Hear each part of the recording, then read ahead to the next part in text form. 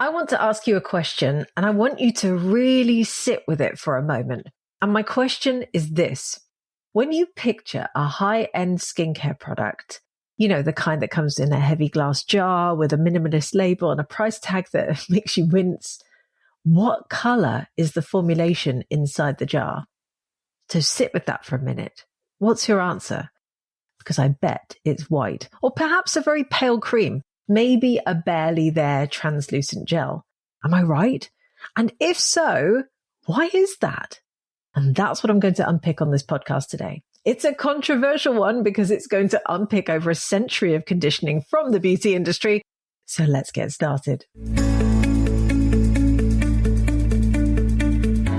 Hi, it's Lorraine Dahlmeier, chartered environmentalist, biologist, and the CEO of award-winning online organic cosmetic formulation school, Formula Botanica.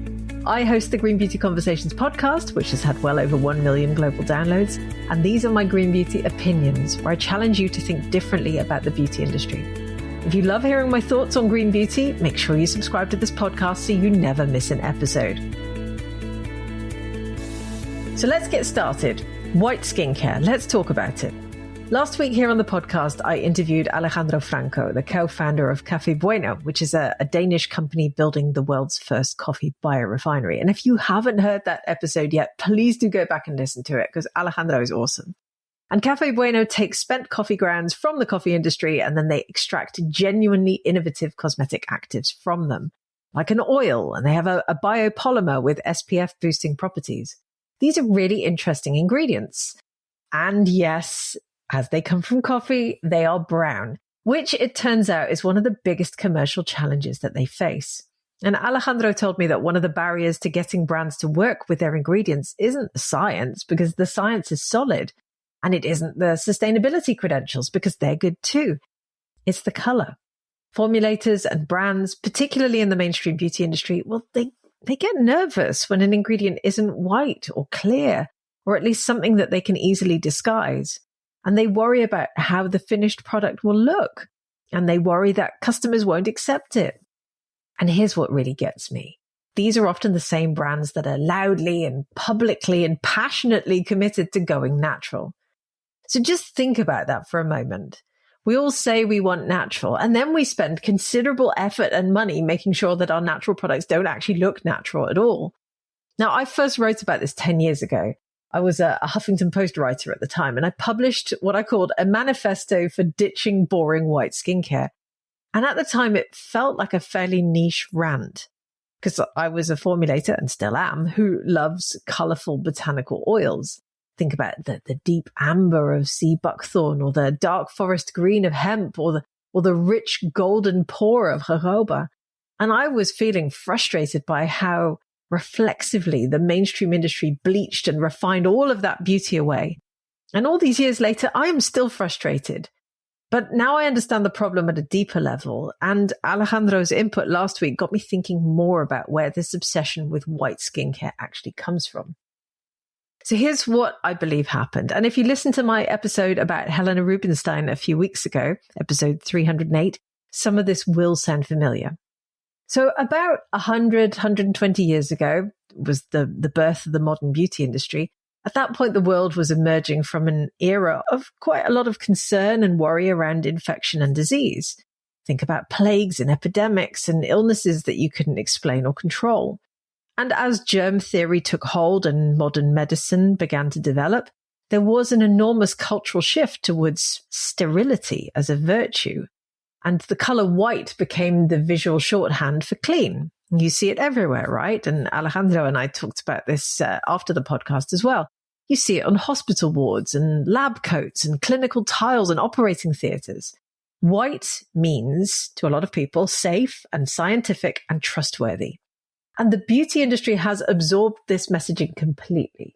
So if your cream then looked like something from a lab, think bright white uniform, odorless, it feels legitimate and felt modern, feels like progress.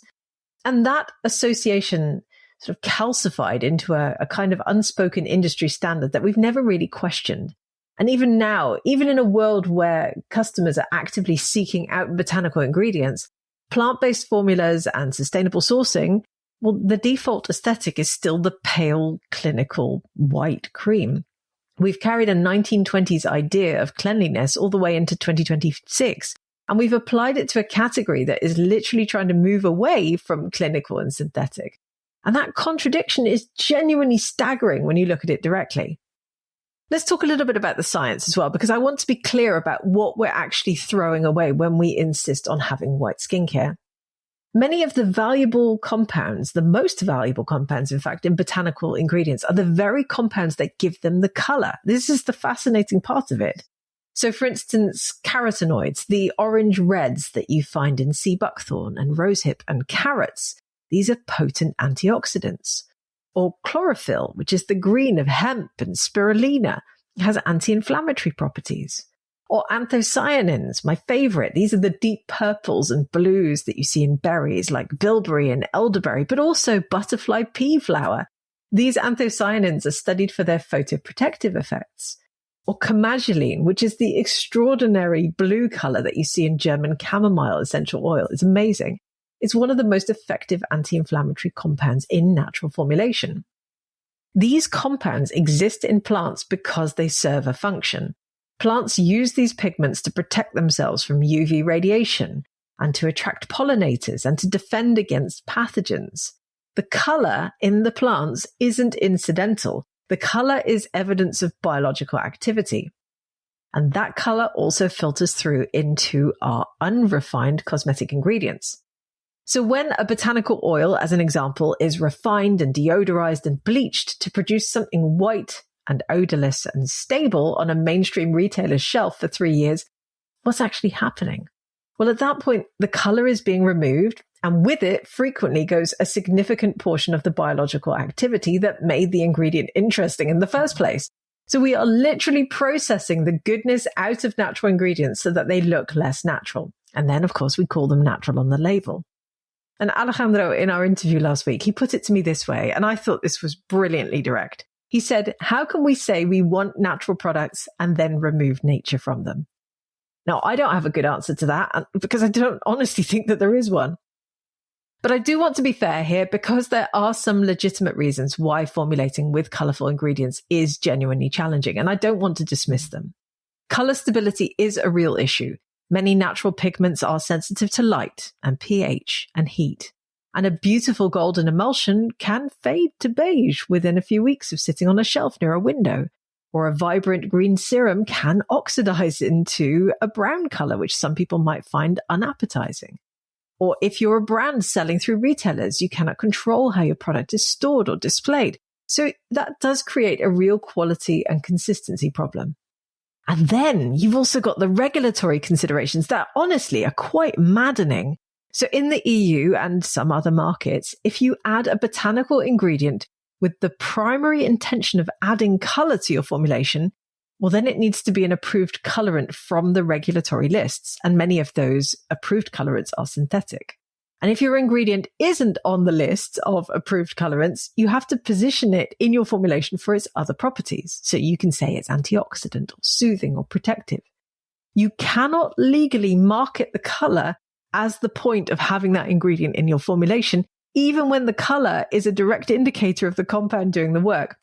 And this is honestly a regulatory absurdity that the natural beauty industry has been trying to navigate for years.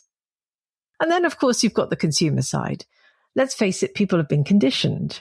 Decades of white cream in a white tube, in a white box, on a white shelf. Well, that creates an expectation.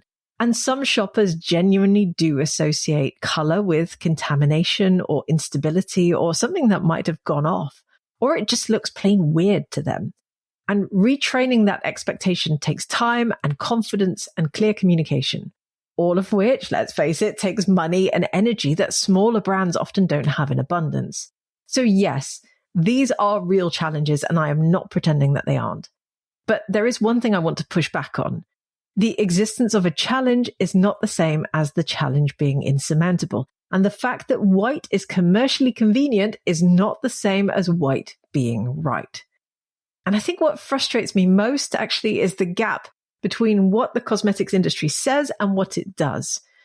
Because we now have sustainability reports and clean beauty pledges and natural certification logos and biodiversity commitments and supply chain transparency initiatives. We've talked about all of it here on the podcast over the last 300 plus episodes. The industry talks about nature constantly, and it wraps itself up in it like a blanket, and it sells itself on the back of it. And then it processes the color out of its ingredients, fills its products with water and white emollients, and puts a small botanical extract in at the bottom of the formula as a nod towards the marketing story on the front of the pack.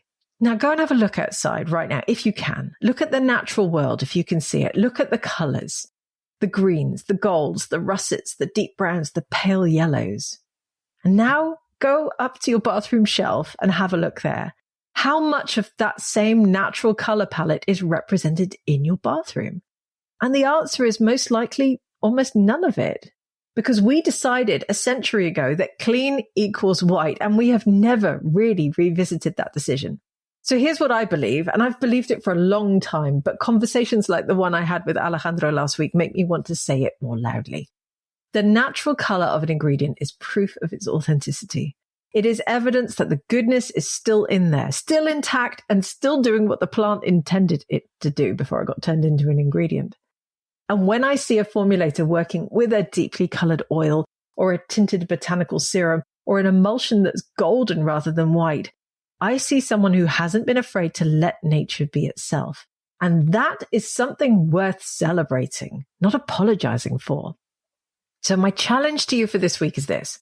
Whether you're a formulator or a brand or simply someone who buys skincare, I want you to start asking different questions. So rather than saying, why is this cream green? Say, why are all the other creams white? And rather than saying, will consumers accept this color in my formulation? Ask, how do we help consumers understand what this color means? For ingredient suppliers and formulators who create and use colorful extracts, the color of those ingredients is part of their story. And if the industry and its shoppers can't find space for that, then the problem isn't the ingredients. The problem is us. Because nature has never been white, and it's time we stopped asking it to pretend. Thanks for listening to my Green Beauty Opinions. Remember to visit the Formula Botanica website at formulabotanica.com to try our free online formulation course. And if you haven't subscribed yet to the Green Beauty Conversations podcast, please do so now in your favorite podcast app and leave me a 5-star review if you enjoy these discussions and opinion pieces. I'll be back soon with my next episode.